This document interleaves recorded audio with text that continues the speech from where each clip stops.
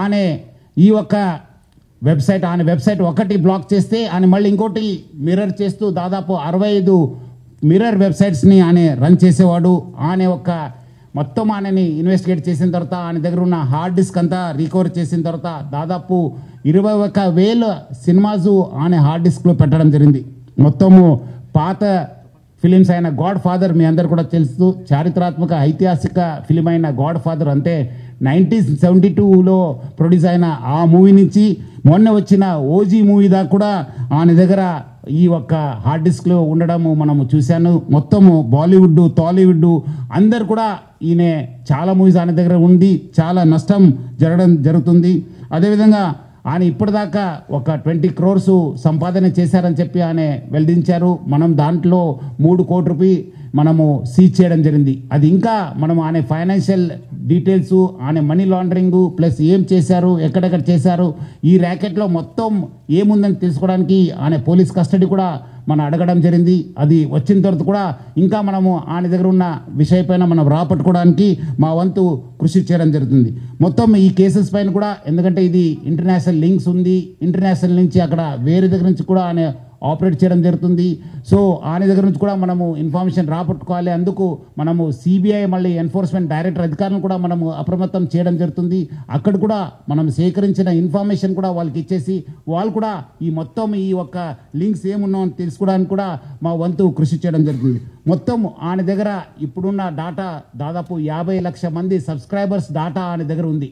అంటే మీకు తెలిసి ఉంటుంది, డాటా ఈజ్ పవర్ఫుల్. ఈ ఒక్క ఆధునిక యుగంలో మోడర్న్ టెక్నాలజీలో డాటా ఈజ్ పవర్ఫుల్. ఎవరి దగ్గర డాటా ఉంటుంది వాళ్ళు చాలా పవర్ఫుల్ ఉంటారు. ఆ డాటా ఆయన కలెక్ట్ చేయడంతో ఆయన అన్నీ కూడా సైబర్ క్రైమ్స్కి లేదంటే ఏదో ఒక క్రైమ్కి అది గురి అయ్యే అవకాశం ఎక్కువ ఉంది. ఎందుకంటే piracy it self is illegal. ఎందుకంటే పైరసీ అనేది ఇల్లీగల్.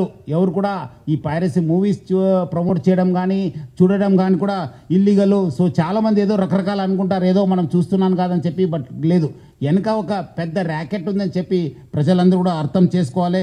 ఈ అన్నీ కూడా మీ డాటా అంతా డార్క్ వెబ్లో లేదంటే ఏదో ఒక వెబ్లో మీకు అవైలబుల్ ఉంటున్నావు. అది సైబర్ క్రిమినల్స్ వాళ్ళు వాడుకోవచ్చు, లేదంటే ఎకనామిక్ ఆఫెండర్స్ యూజ్ చేసుకోవచ్చు, లేదంటే వేరే క్రిమినల్స్ కూడా మీకు ట్రాప్ చేసే అవకాశం ఉందని చెప్పి ప్రజలందరూ కూడా అర్థం చేసుకోవాలి. మనం కూడా దీనికి ఈ డాటా ఎవరెవరు వాడారు, ఏం చేశారు, దానిపైన కూడా మనము లోతుగా మనము ఎంక్వైరీ చేయడం జరుగుతుంది, ఇన్వెస్టిగేషన్ చేయడం జరుగుతుంది.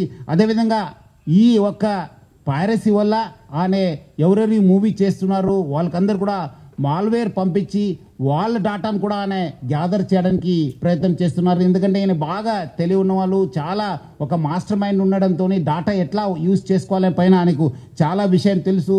అందుకు ఆయన ఈ ఒక్క ఈ ప్రమోట్ చేస్తూ వాళ్ళంతా ఇండివిజువల్ డాటా కూడా కలెక్ట్ చేయడం జరుగుతుంది. ఈ మధ్యలో వచ్చిన ఓజీ కావచ్చు, కాంతారా చాప్టర్ 1 కావచ్చు, డూడ్ కావచ్చు, మిరాయిక్ కూడా ఆ ఒక్క ఫిలిమ్స్ కూడా ఆయన దగ్గర మనం హార్డ్ డిస్క్లో చూడడం జరుగుతుంది. సో ఆయన ఏ మూవీ మార్నింగ్ రిలీజ్ అయిందంటే by evening that movie use to be in his వెబ్సైట్లో పెట్టేసి ప్రజలందరూ కూడా ఆకట్టుకునే వాళ్ళు. ఈయన నేటివ్ ఆఫ్ విశాఖపట్నం, ఎండి రవి అనేవాడు native of Visakhapatnam, BSc computers చేశారు. తర్వాత వేరే కోర్సెస్ చేసి మనము ఆయన ఫస్ట్ నుంచే ఒక మాస్టర్ మైండ్. మీరు చూసుంటే ఆయన ఫస్ట్ నుంచి ఆయన ఉన్న పేరు అంతా అసలైన తొలి వెలుగు. ఫాలో వాట్సాప్ @తొలి వెలుగు అఫీషియల్.